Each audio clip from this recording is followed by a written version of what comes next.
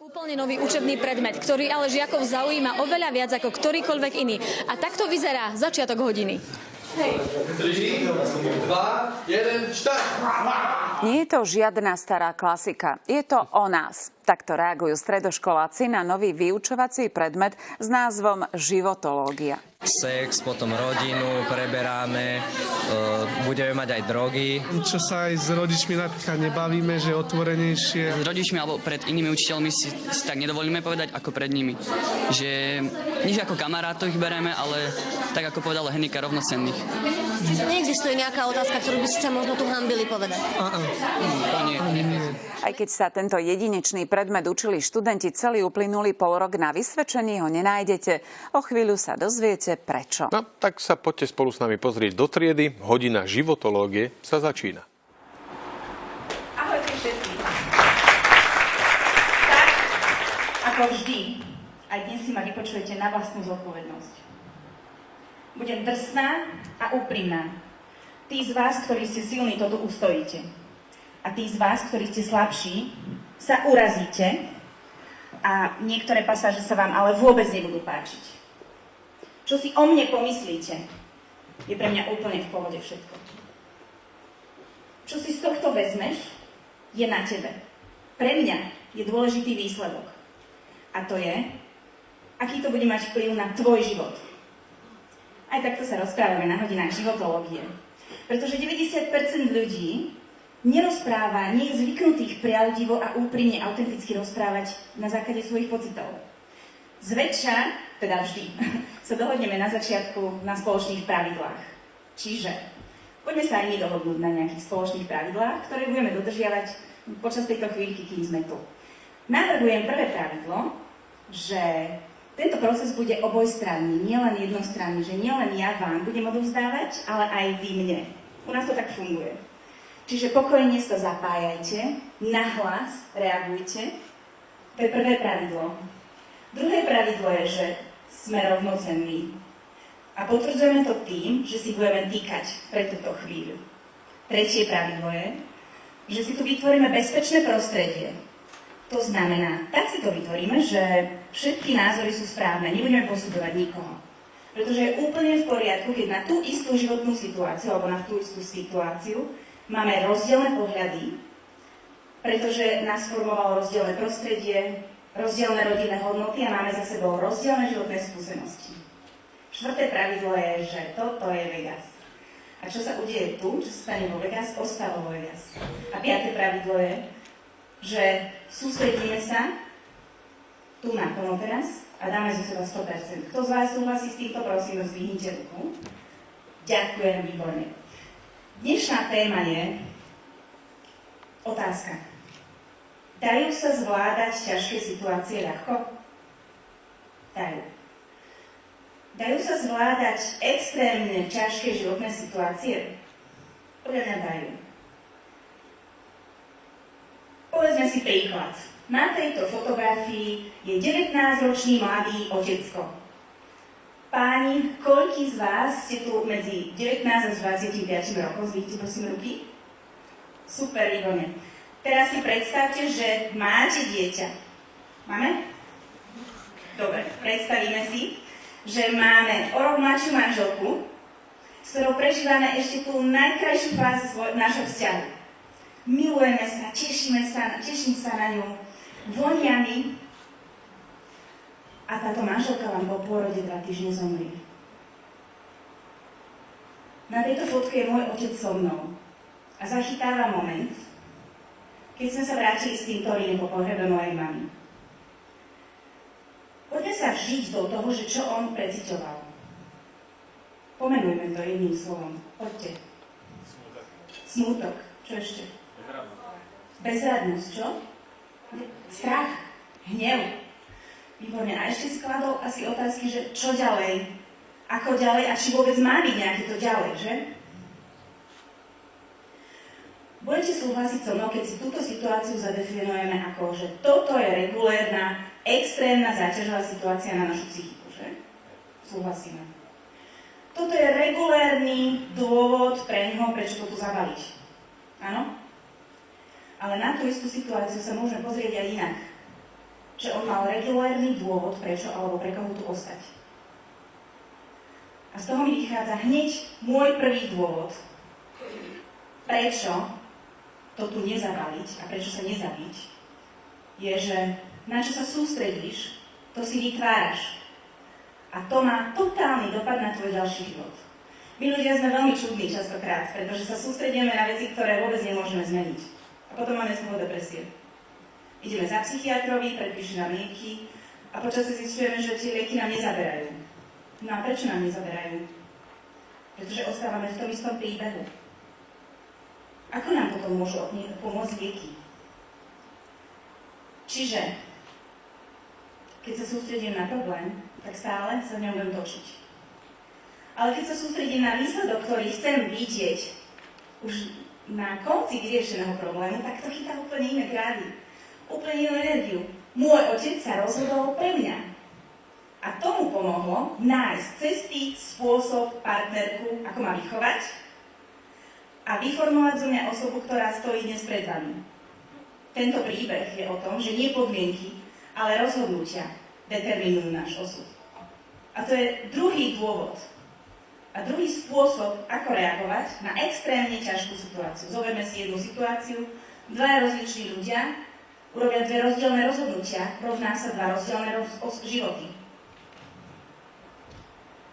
A k tomu, keď príjmeme to, čo nemôžeme zmeniť, tak ako som povedala, tak nás to uvoľní. Uvoľní nás to a získame nezávislý pohľad. Vypočujeme si návody ostatných, ich postoje, pohľady, ale zastabilizujeme sa sami v sebe a nebudeme hľadať stabilitu v rodičoch, v súrodencoch, v partnerovi, ale v sebe. Mládež má mŕte veľa dôvodov na to, aby to tu dnes zabalilo. Len si zoberte tlak rodičov na vysoké výkony, na tlak spoločnosti, na to, čo sa má robiť. A do toho riešiť vlastné hormóny, to je sakra veľa. Rozvod rodičov, finančná situácia rodičov, mám sa vyspať s tým chalanom, alebo nie. A do toho bum, tehotenstvo ako ja v maturitnom ročníku. Bola som jedna z najlepších študentiek, reprezentantka školy. A moji rodičia to vnímali ako obrovský pád, ako obrovskú ťažkú situáciu a povedali mi a radili mi, že čo mám robiť, pretože moja kariéra bola vysoká škola. Ja som snívala o vysokej škole, pretože to bol môj životný sen. Ja som študijný typ. A povedali, že no, tak teraz to môžeš celé zabaliť a teraz si sa pochovala medzi plienky. Ale táto životná situácia mne paradoxne dala silu. Silu postaviť sa za môj sen, za to, čo chcem. Ja som chcela sa vydať za človeka, ktorého milujem a ísť za svojou slobodou a vytvoriť si život podľa svojich predstav. Mnoho ľudí si manželstvo predstavuje ako neslobodu, ale ja ho vnímam ako slobodu, ktorú si, pomocou ktorej si vytvorím nový život s tou osobou, ktorú milujem. Ďalej mi to dalo odvahu byť inou. Chodiť do školy s brúškom rastúcim pre mňa bolo úplne v pohode. So spolužiakmi sme mali nové témy, objavovali so mnou nové obzory. A mala som radosť z tohto rozhodnutia. Nikdy v živote som ho neulutovala. Aj keď láska často končí rozchodom. Rozchodom a rozvodom. Vyzeralo to ako láska do konca života, pretože to bolo vybojované. Boli sme ako Rómeo a Julia. Prešli sme si všetci rozchodmi, že? Poznáme to veľmi dobre. A bola som zase dolu. Mala som 3 deti v najhoršom veku. Nikolás mal 13, keď sa práve prechlápal do puberty, Vivien išla do 1. triedy zo škôlky a Denis mal 1,5 roka a mal diagnostikovanú epilepsiu. A ja som vôbec netušila, že ako to sama zvládnem a či to vôbec zvládnem. A jedného dňa som naozaj bola v tej najslabšej chvíli a prechádzala som sa pri koľajniciach. A keď som sa otočila, tak tam stál Nikolás a povedal, že mami, kašli na to. A táto situácia mi dala vytrvalosť. Dala mi vytrvalosť nevzdávať sa a vždy, keď som v tej najhoršej chvíli, tak si spomeniem na nich. A každý koniec znamená zmenu. Každý koniec znamená nový začiatok. A nový začiatok znamená čo?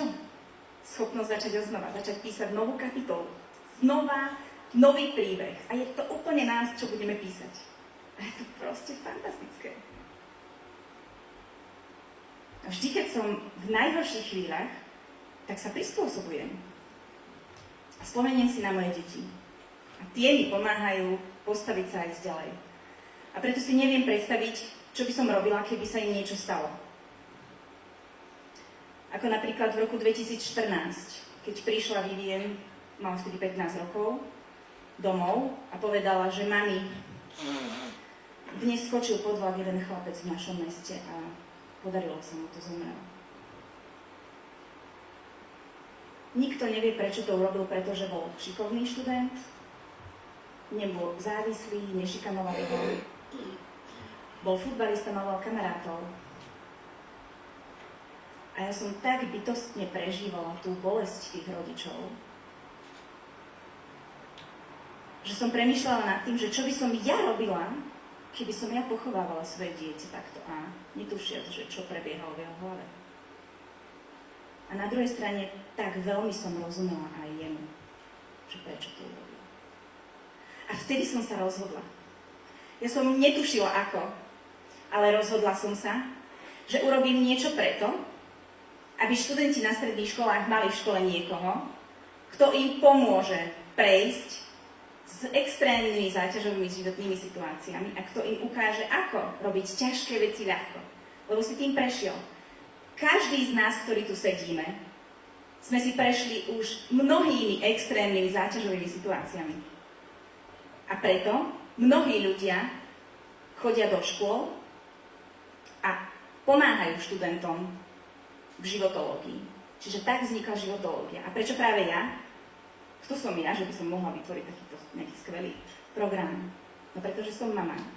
A bytostne mi na tom záleží, aby nielen na Slovensku študenti ostali nažive, aby nezomierali. Kvôli takej situácii, ktorej riešením by bolo možno len naozaj krátky rozhovor. A ani nikde na svete, aby študenti nezomierali. Po druhé, prečo ja?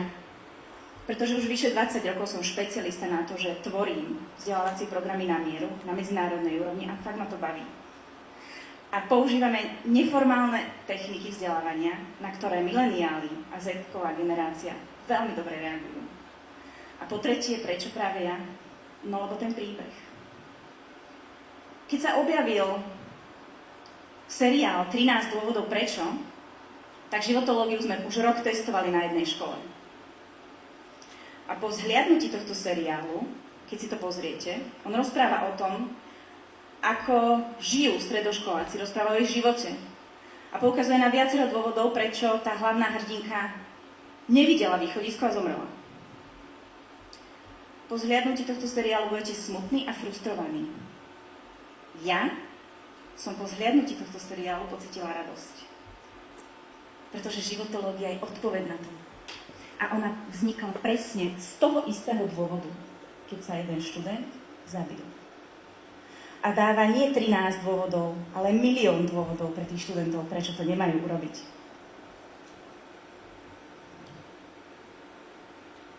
A z toho mi vychádza môj 12. dôvod, prečo som to neurobila. Že keď robíš niečo, v čo veríš, aj keď nevidíš to svetlo na konci tunela a vôbec netušíš, že ako to bude vyzerať, tak spôsobíš takú vlnu a staneš sa takou snehovou guľou a pridajú sa k tebe ľudia, ktorým to tiež dáva zmysel a budú ti s tým pomáhať. A toto je mojich 13 dôvodov, prečo nie, ale je ich 12, že? Takže ja som rozmýšľala, že čo je ten 13. A keď si spomeniete teraz, čo som rozprávala, tak tie moje príbehy boli takto prebiehali, že smrť mojej mamy, otec sa sústredil na mňa, moje tehotenstvo, ja som našla svoju silu v tom, rozchod, nové začiatky, smrť študenta. Niekto cudzí vytvoril program, ktorý zachráni ďalšie životy. Ono to takto skáče, že? Čo vám to pripomína? Chyťme si tep. Tuto máme takú kostičku. Skúsme si nahnatať tep. Alebo aj tuto, kde vám to lepšie cítite.